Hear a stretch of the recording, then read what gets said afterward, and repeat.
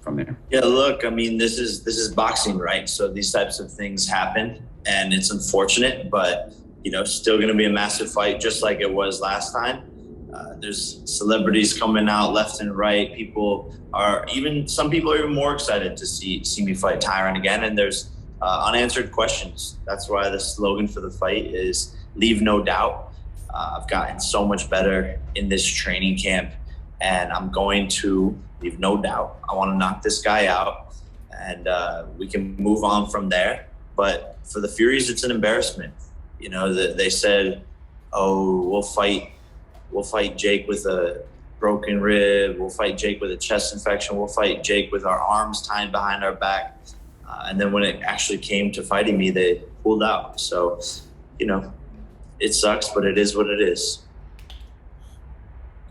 All right, for a press, you guys know the drill. Use the raise hand function on the keypad, and I'll invite you to ask your question. I'm going to have you please identify yourself and your outlet that you're covering for. We'll start with James Bell. Yes, James Bell from the Boxing Source here. Jake, kind of like going to you working with Amanda Serrano. I know that you have your Most Valuable Promotions, and she's alongside there with you in training. So how is it like working with her and promoting her in order to get the big fights later on down the line? Amanda's great. She's a superstar, and we're just excited to help her elevate her career to the next level because she's put in the work. She's one of the greatest boxers ever, men or woman.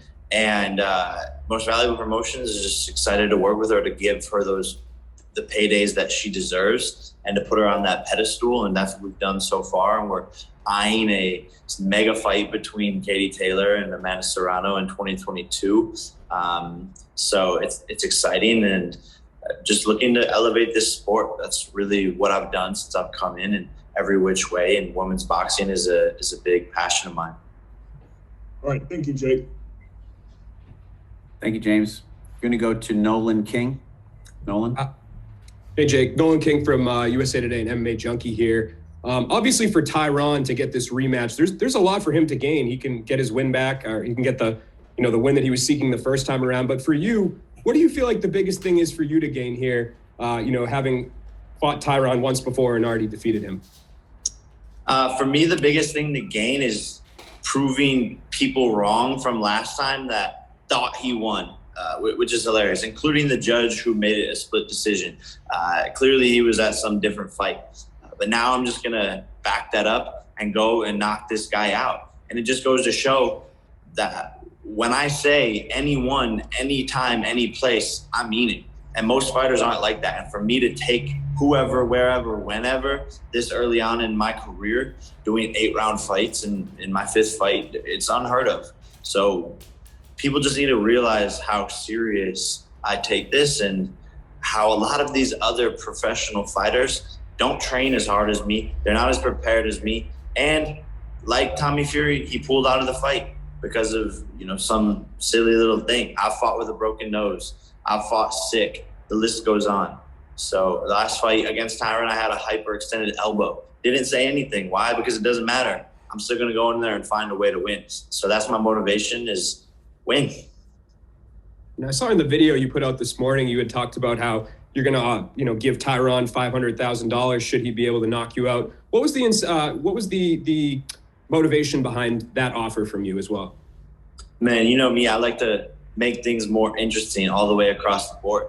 There's been this rumor going around about a no knockout clause in my contracts, which someone started and everyone else ran with. People are like sheep. They just believe anything they read or see, and they go whichever way the crowd is going. So that's been a rumor that is completely untrue. I'll be in jail for rigging fights. It's illegal. And so we just wanted to squash that rumor right away. And from now on, we will be giving bonuses to my opponents if they can knock me out, because we want to incentivize them and prove to the media that, all of this, prove to the media and to the world that all of these rumors aren't true. And to be clear, that's contractual in Tyron's agreement. So there's a contractual guarantee that if he knocks out or TKOs Jake, he gets a $500,000 bonus payment. Gotcha. Thanks. And the last one for me, Go ahead, Norman. Tommy has issued a statement since his withdrawal saying that, he apologized and said that he's dealing with a broken rib and a chest infection, and that he hopes that this would be something that would be able to be run back next year. The fact that he pulled out of this fight, would that give you any hesitation of signing to fight him again in the future? It does. It really does. He didn't show up to the press conference, and then he pulled out of the fight. He's done a terrible job at promoting the fight that we had. He posted on social media whenever, like once every other week. He's not as hype as everyone thought, and I'm pissed off now. I don't like them. I don't like anything to do with the family. I think they're sketchy. I think they're shady. And I don't see really a reason to come back next year and give him that big of an opportunity and that big of a payday. It would almost be more fun and more satisfying for me to just leave him in the dust and make him fight till he's 25-0 if he gets that far, to get the same payday that he was getting in his 8th fight. We'll see. We'll see. Thanks, Jake. Appreciate it. Nolan, thank you. Let's go to Jake Donovan. Jake? Thanks. Hello, Jake. This is Jake. I just wanted to ask, obviously it's too late to adjust for, in training, from Tommy Fury to a rematch with Tyron, but is there anything different about this training camp that was the case in your last one? Yeah, we changed up a lot of things. A to Z. Last fight showed, okay, Jake's not just going in there and knocking Tyron out. There's a lot of things to work on. I didn't fight my best fight for sure, so it wasn't even my best night, but there was a lot of things to work on, and we did that this camp. We went 10 times harder. I've sparred almost 200 rounds since that fight and changed up a lot of details. Diet, it was one of the big things. I really stopped eating as many carbs. We brought in a nutritionist, and he tweaked every little thing, and I'm 10 pounds lighter than I was going into the last fight. So I'm feeling faster, but also stronger at the same time. Gotcha. I appreciate that. And then I also appreciate you clearing up, the no knockout, rumor in your contract. If you can also clear up a rumor about drug testing involved in this fight. Yeah, same thing. Again, it's people making stuff up. John Fury, again, he spent 11 years in prison. He's a delusional old guy, and making a rumor up. And of course, everyone believes anything they read on the internet today, which is sad because people don't actually look into it. But the smart ones who did look into it saw, oh wait, no, there is drug testing for this fight. The Florida State Athletic Commission is drug testing Jake and Tommy multiple times. And so there was never a denial on my end of doing any sort of drug tests. And then I look at that same thing where they're out there saying, Tommy will fight Jake with an arm tied behind his back. Tommy will fight him with this, Tommy will fight him with that. And then it turned out not to be true. Then they come out and say, oh, Jake didn't want a drug test. So wait a second. Maybe they're the ones using the steroids or whatever it is. Who knows? They're a shady family, and do a side-by-side picture of me and Tommy. Gotcha. I look like I eat cookies there. I'm like sort of I'm in shape, but I'm just always been naturally sort of a tubby kid. And Tommy is ripped to shreds. Why isn't he fat like Tyson? My guess is whoever smelt it dealt it. Gotcha. Thanks for clearing that up. Looking forward to seeing you next week. Jake, do you eat cookies? Not a real cookie. I did. I did eat cookies in the last camp, but this camp I cut them all out. I'm kidding. No, but seriously, I love cookies, man. And it's Christmas. I got my Christmas tree right here. I'm waiting till I can have some cookies December after this fight. Oh. All right. Our next one comes from Jeremy Herridges. Jeremy? Hi, Jake. Jeremy Herridges with fansided.com. When you get the news that Tommy's out, was Tyron your go-to for this fight, or did you have other candidates in mind? Yeah, Tyron was the immediate go-to. He had been training, and again, last fight was massive, had a ton of hype around it, and there was unanswered questions.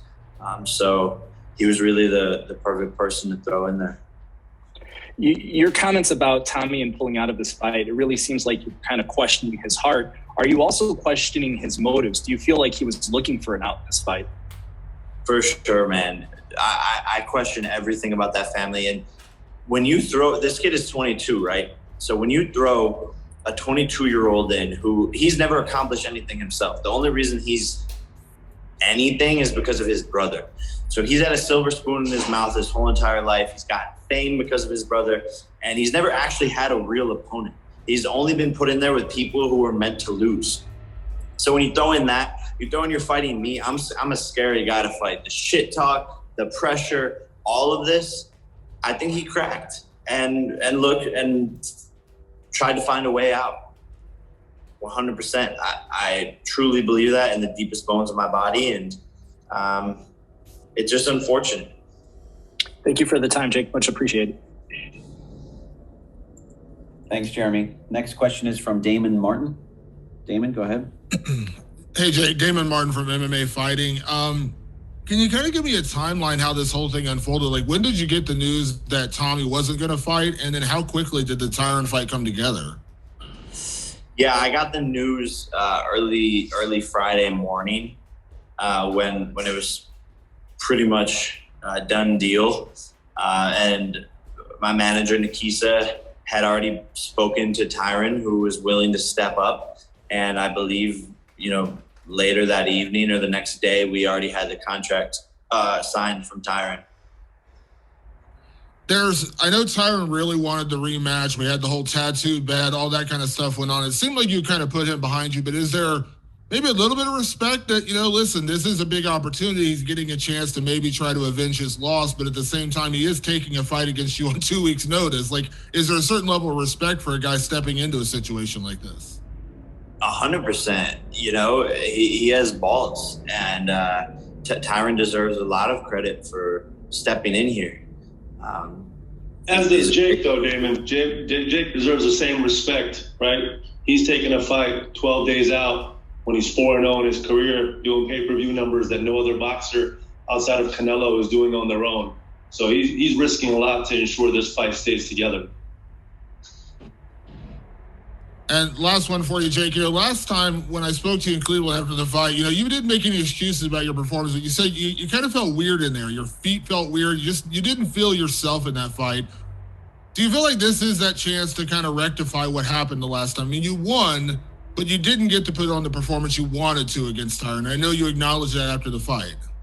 Yeah, and that's why this is exciting to me, and that's what I'm using as my motivation is the fact that I get to leave no doubt. And like you said, last fight, I had a hyperextended elbow, and I was massaging my legs the morning of the fight, which is why I found out that, I get into the ring and I was feeling like just weak, almost like I was like sort of in space. So made a ton of adjustments, and he's going to be fighting a different person December 18th. And I'm excited to show him that and to show the world that. Thanks, Jake. Okay, it looks like we have time for a couple more. We're going to go to Stephen Mulhausen. Stephen?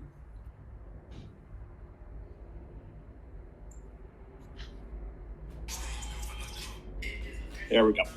Stephen Mulhausen here from DAZN, and thank you, Jake, for the time. And just, you guys were talking about, the respect and everything. Do you feel like you will get the respect once everything is said and done and you do what you feel like you're going to do on December 18th? Do you think the same respect will be there for you for accepting this fight on short notice? I mean, who knows? The story has been people making excuses every which way about my fights. So I sort of don't care what people have to say or if the respect is there. The bottom line is I got to go in and knock this guy out. That's my job, and I plan on doing so. And we'll see what happens afterwards. But I could really care less because no one has ever wrote my checks or, the haters never paid my bills. So I don't care what people have to say. But Jake, share with them what you said to me when I called you about why you wanted to keep this fight together. I mean, I was just like, the show must go on. I'll fight anybody. anyone, anytime, any place. I say it. I say that. Our team says that, and we mean it. That's the difference. Is the shit I say, I mean it. And I think a lot of these fighters, they just say stuff just to say stuff. I have a responsibility to put on this show for my fans. I wanted to fight 3 times this year, and every fighter on the undercard, imagine them getting the call being like, "Oh, the event's canceled." Like, that sucks for everybody. A lot of these boxers live paycheck to paycheck, fighting, and they need this in their life. So I had to step up to the plate, and I didn't care who it was that they threw me in there with. So there was no consideration to canceling the card and switching it to maybe sometime in the first quarter of 2022. Not from Jake's part. Yeah, not on my part. There was the business side of it, the show times, and Nikisa, who they were weighing all the options, and I was like, "Yo, no, like, we need to do this fight." Throw whoever in there, and because the way I looked at it was, let's see. Okay, they move it to January, they move it to February. Well, Tommy's gonna find an excuse then to not do the fight. So fuck this guy. Like, on to the next one. I have one more, and I know you on social media have gone back and forth with Gervonta Davis, and I just wanted to get your thoughts, Jake, on his performance last night, if you even watched the fight. Yeah, I thought he lost. I think a lot of people will say that. I agree as well. I thought they were going to give it a draw, obviously, because he signed with Mayweather Promotions, Al Heyman, and we know how dirty boxing is and how judges are being paid off. But, of course, those close swing rounds are going to get thrown to Gervonta, but I thought he lost. He didn't throw he hurt his hand or whatever for 3 rounds. He didn't throw a single left hand, and some of the judges gave those rounds to him. It doesn't make any sense. And, he calls me a clown, but he had a clown performance. Thank you, Jake, for the time, and see you next week in Tampa.